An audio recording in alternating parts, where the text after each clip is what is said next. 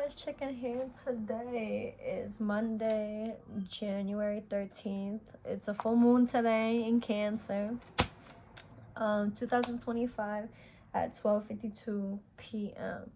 From the last video I had posted, I had talked about, where's the book? Your Money or Your Life. 9 steps to transforming your relationship with money and achieving financial independence.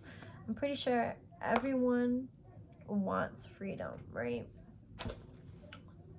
Everyone wants freedom. We will say that. Free, like being able to make choices instead of having choices being made for you. That's basically the general breakdown of what freedom is. If you're new to this channel, welcome to this channel. Subscribe, hit that post bell notification button so that when I do upload that you are able to know when I do post something. So if you aren't new, thank you for coming back, and if you guys are interested in reading this book, definitely do so. I honestly I'm like, okay, this year I want to be able to just learn. I love learning and applying what I learned. I've always wanted to do that. I've done that. I've seen beautiful progress. I've watched videos. I've kept my head in the same space, and I would like to continue that. I'm learning as it's a brand new year.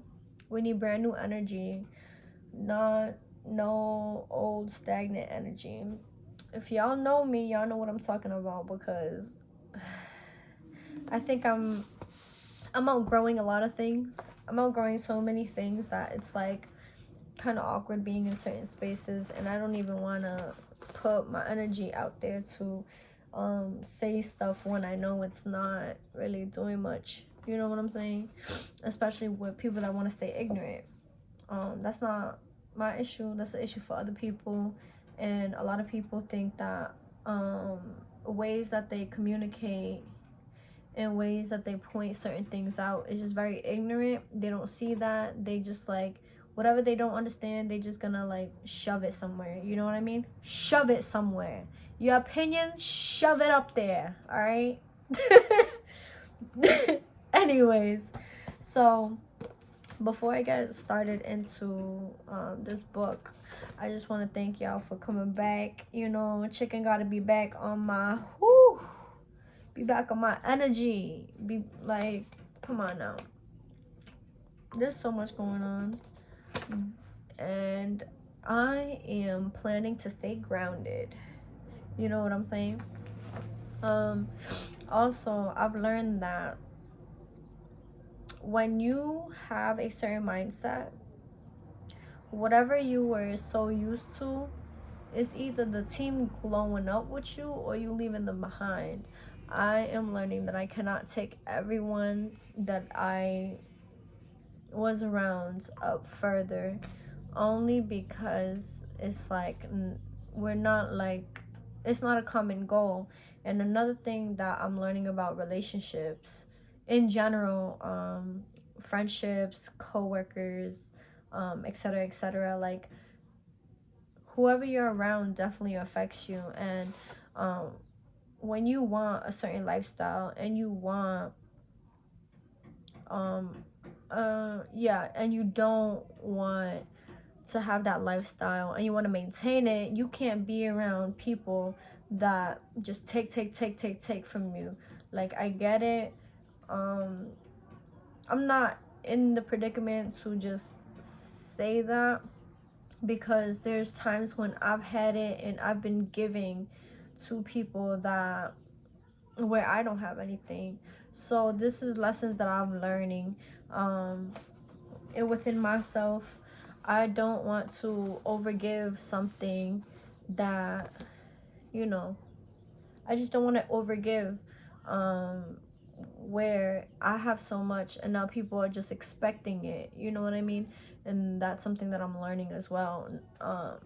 Soon, we're all, whoever's watching this and following, you know, wanting to level up in their money and stuff, realize that people are going to have a certain perception of you, and that's what it is. So anyways, I like went and only read the content. I didn't read the first page, which I should have read. Not this part, not this part. This part. Why you should read this book. I'm just gonna read it. Ask yourself these questions. Do you have enough money? Are you spending enough time with your family and friends? Do you come home from your job full of life? Do you have time to participate in things you believe are worthwhile? If you were laid off from your job, would you see it as an opportunity? Are you satisfied with the contribution you have made to the world? Are you at peace with your money?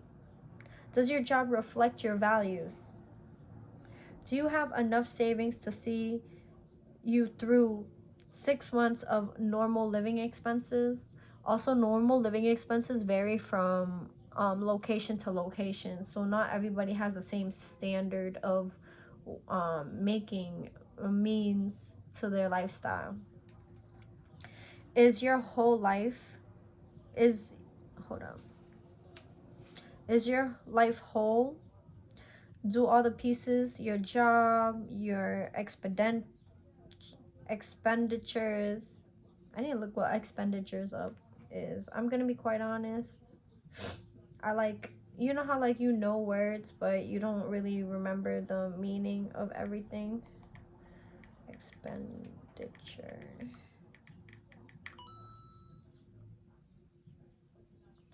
It is the action of spending funds, expenditures. Your relationships, your values fit together. So is your life whole? Like, does everything fit? Is there a balance? If the answer is no to even one of these questions, this book is for you. I didn't read that. I read a different part, but yeah. So on with that, I have just wanted to add that so like everyone can think about it. And honestly, even though I haven't started the book, I'm excited to start this book. Whoever does have this book and wants to follow along, or has read the book and have any comments on it, please drop it in the comments below. Just any knowledge is helpful in this moment. So other questions that they asked is, what makes you happy? What's most important to you? When I had read the introduction to the new edition. What values will you never compromise? If you had $1 million right now, what would you do with your time? What's one thing you could get rid of to make yourself happier? And a person doesn't count. Will you ever have enough money to retire? If someone today erased all your debts, would you dig yourself into another hole again? How or how not? Me personally, I answered all those questions and then I had moved on. So notes that I took was basically having a clear conscience, or a conscious, clear, empowered relationship with money is the real key to your success, not the amount of money you have. So learning what money is actually can help, and because we all just know that money just makes provides us what we need to survive or to live life, right? But there's more to life than just money. I don't want to disregard that money isn't important. Money is important, but when you don't have a purpose for the money, that's where money loses its importance and you don't recognize the value of money, and you know what I mean. Anyways, 2 powerful qualities. I basically like summarized it. So I mean, if you guys want to read it, go ahead. If you guys have different insights from what I got, or like things that you believe that are important, definitely comment that below. 2 qualities, 2 powerful qualities are: 1, a purpose for lives that's greater than their current limited circumstances, including their job. So having a purpose greater than your life is important. And two, the willingness to do the work of change, to tell the truth, to be accountable, and to persist. I highlighted the FIRE movement. It kept on bringing the FIRE movement up. And there's 3 strands of value in the FIRE movement is frugality, being frugal with your money, simplicity, and self-sufficiency. So frugality, I believe in my definition, frugality is just budgeting. Just like, I feel like a lot of people look at being frugal as a bad thing. Especially when you want to level up life, you need to hone down on the money. Like, you just need to hone down on the money. You have to want the simple things in life, see if you can manage that, and just see how much, what is enough. Like self-sufficiency, what can you do without overburdening yourself? It's common to all people who do succeed. The common things or qualities of successful people are accountability, self-awareness, and empowerment. To help with this, like, people need to understand the basics of money, settling debts, increase savings, and are able to live happily within their means. So that's, like, I feel like the basic. Everything has levels to them.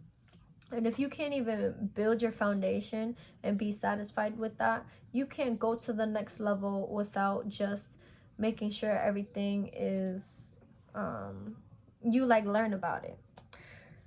Things to help with that also is reconnecting with old dreams and finding ways to realize them with a great sense of freedom and relief. Just having a great sense of freedom and relief. Another thing about what money is to know, or what life is to distinguish the difference between essentials and the excess in all areas of life, and how to unburden. Because we live in such a consumerism lifestyle, we just buy, and I am guilty of that. I do not want to say and sit here and lie to you and say, like, I'm not. I am. And I want to take back my power and rethink and reflect on what is necessary and what isn't necessary. Most people who reduce their expenses by 25% feel happier. And relationships with their partners and children's increase.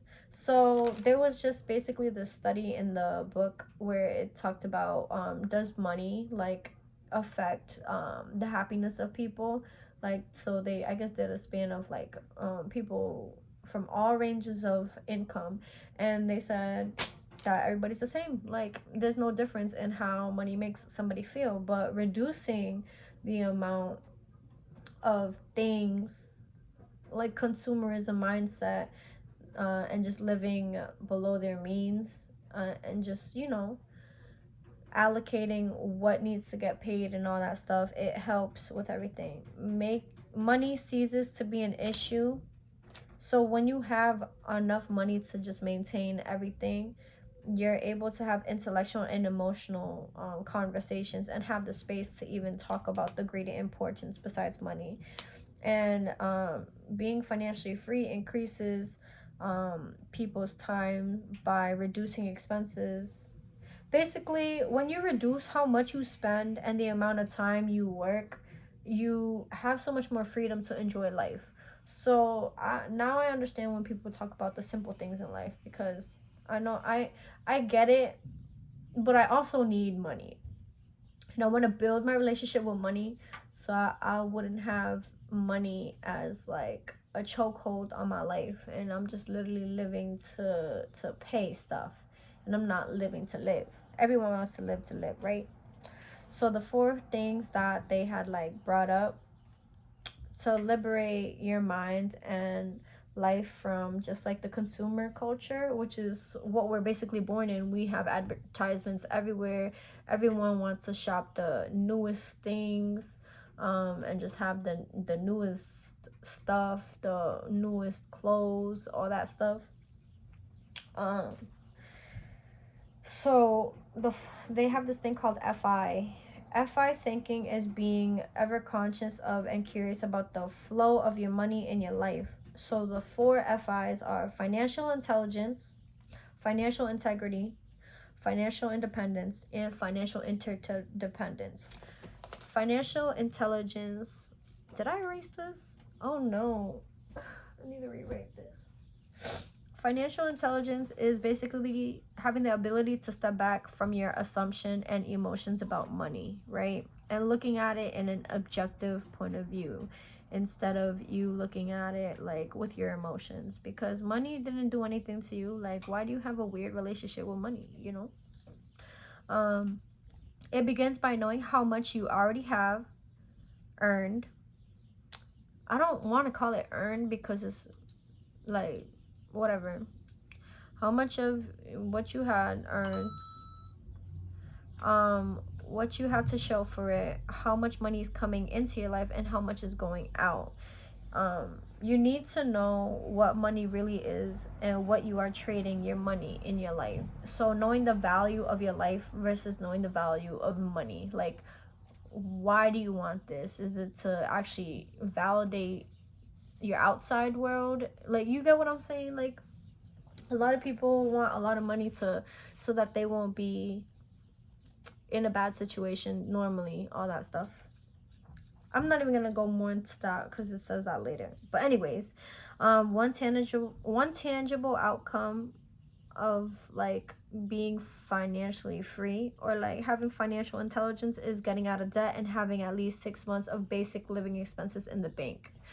That varies from place to place, so I can't really tell you how much 6 months of basic living expenses.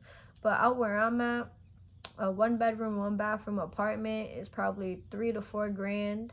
Like a nice one, not even a nice one, a regular one. Or you could have like a 2-bedroom for that price too. I don't know why it's like that. And then for food is going up. So if you want daily groceries like every week, you might want to spend I probably would spend like probably 100 to 200 per week. You calculate that in there. And then what else? Transportation, like putting gas in. You might drive a lot, so filling your tank all the way to full twice a week. So that's like about $80 a week, $80-$90 a week. That let's just round it up to 100. So 100, 200, that's 300 plus. That's 4,300 just to live. And I hate when you could see the blinking light on the phone, but yeah. So times that by 6 is how much I feel like with just like the 3 basic needs I need.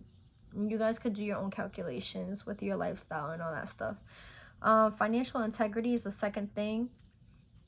It gives a definition of financial integrity, but basically financial or integrity, but it says financial integrity is achieved by learning the true impact of earning and spending both on your immediate family and on the planet. Discernment, having discernment with what is enough money and material goods to keeping you at the peak of fulfillment and what's just excess and clutter. Just basically learning what you need and what you don't need, you know. Having all aspects of your financial life in alignment with your values. So just making sure everything in life, like the basic things you need, are fulfilled, and everything else is just extra, which I see that often from myself as well. Financial independence. It's a lot more than just having a secure income. Financial independence is basically independence from having like a negative or crippling financial beliefs, debt, and inability to manage modern inconveniences. For example, like if your car is being broken down, you know. The next thing is financial interdependence. A lot of people crave separation from meaningless relationships, routines, jobs, ways of thinking, things that they don't care about. Like, people just don't, that's what people crave. They just want, people have the happiest moments when they show up with love and they contribute. Basically, if everybody was, so interdependence is basically doing, receiving, and creating for one another. We depend on the natural world, like the grass, the trees, the sun, etc. And just like public spaces, like shared institutions, like sharing the road with other people, school, stuff like that, work.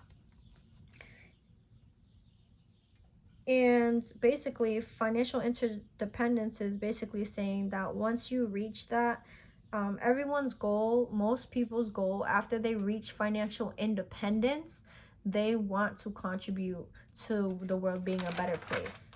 So yeah, that's basically everything that I had learned. And stuff that the author did add at the end was like, they were just explaining how they revised the book, with how since it's a new era, like with the internet being involved, and just another thing is with how, where to stash your money for long-term financial freedom.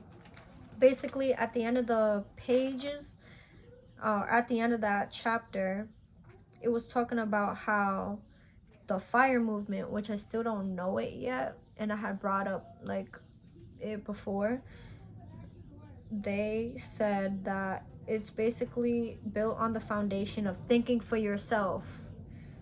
Money talks. No one but you can take responsibility for transforming your relationship with money through social. Although social support has been a key to waking up and making changes. It says those social support. So basically, what I got from this is that you got to do it yourself. You can't wait on people. You have to literally lock in with yourself, know your goals, know what makes you happy.